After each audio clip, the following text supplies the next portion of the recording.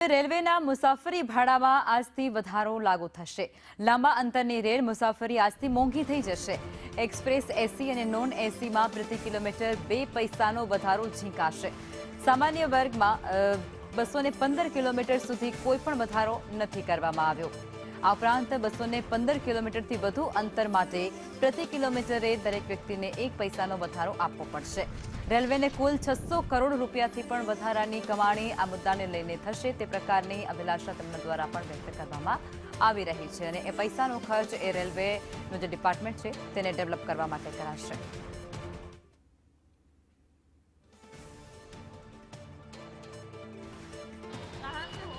अभी बिहार से। आज से टिकट के जो भाव बढ़ गए हैं, कितनी महंगाई करनी पड़ेगी? वो तो भुगतना पड़ गई ना। लग रहा है कि कम भाव होगा या आपसे अपेक्षा रखते हो? कम भाव तो नहीं होगा। इतनी महंगाई का सामना आम आदमी करता है अभी। वो तो करवे करेगा।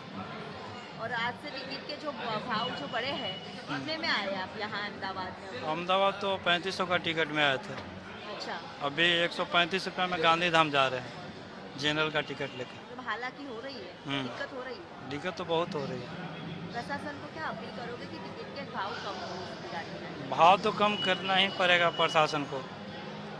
इसके बारे में क्या कह सकते हैं, प्रशासन ही समझ सकती है दुख को। एक्चुअली क्या है मैडम, अभी तो हम लोग परेशान इसलिए है कि जो नया अभी आपने ऐप निकाला है ना, तो ऑनलाइन हमारा बुकिंग ही नहीं हो पा रहा है। तो क्या इसके लिए कोई सुविधा कर सकते हैं तो थोड़ा सा बताइए आप। तो एक्चुअली बहुत सुविधा, मतलब अभी इतनी परेशानी हो रही कि हम लोग समझ नहीं पा रहे कि ऑनलाइन करने के बाद भी हम लोग बुकिंग नहीं कर पा रहे। तो इसके लिए थोड़ा सा आप हेल्प करेंगे तो बेटर रहेगा। अगर रेंट भी मतलब भाड़ा भी बढ़ गया है, हाँ, रेंट का, तो पैसेंजर को किस तरह की, हालांकि एक साइड एक्चुअली क्या है, अभी महंगाई तो इतनी बढ़ गई और डे बाई डे भाड़ा एकदम इंक्रीज हो रहा है। तो ये बड़ा एकदम हमारे लिए तो मतलब धक्कादायक है। तो हम लोग मुसाफरी करनी हो तो परेशानी काफ़ी हो रही है। Thank you.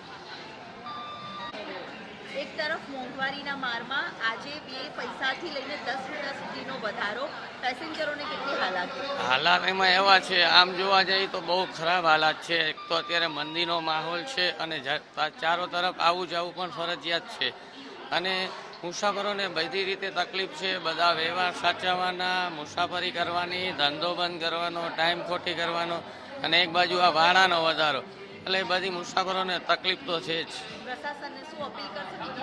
અપીલ એ કરવાની છે, આમ તો રેગ્યુલર વાંધો નથી, પણ તોય છતાંય જે પણ નાના માણસો હોય છે એને હજી તકલીફ પડે છે, તો થોડી ઘણી અપીલ છે કે જે બનતું હોય તે રાહત કરી આપે।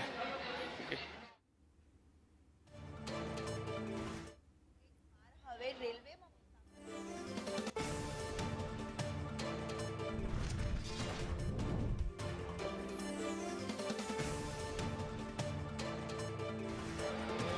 મોંઘવારીના માર વચ્ચે વધુ એક માર હવે રેલવેમાં મુસાફરી કરતા પેસેન્જરોએ સહન કરવાનો વારો આવશે। જી હા, ભારતીય રેલવે વિભાગ તરફથી નાનકડો એવો ભાવ વધારો છે, જે ટિકિટના દરોમાં આજથી અમલ કરવામાં આવ્યો છે અને હવે પેસેન્જરોને પણ હાલાકીનો સામનો કરવાનો વારો આવ્યો છે। એસીમાં પ્રતિ કિમી 2 પૈસાનો વધારો, જ્યારે નોન એસીમાં 500 કિલોમીટરની સુધીની મુસાફરીમાં 10 રૂપિયાનો વધારો કરવામાં આવ્યો છે, જેને લઈને પેસેન્જરોએ રાહત મળે તેવી આશા વ્યક્ત કરી છે। હાલ આજથી આ ભાવ જે વધારો કરવામાં આવ્યો હતો તે ભારતીય રેલવે વિભાગ તરફથી 26મી ડિસેમ્બરથી અમલ કરવામાં આવ્યો છે અને તેને લઈને પેસેન્જરોએ ભારે હાલાકીનો સામનો કરવાનો વારો આવ્યો છે, જ્યારે આ મોંઘવારીમાં રેલવેની મુસાફરીમાં રાહત આપવામાં આવે તેવી માંગ પણ પેસેન્જરો કરી રહ્યા છે।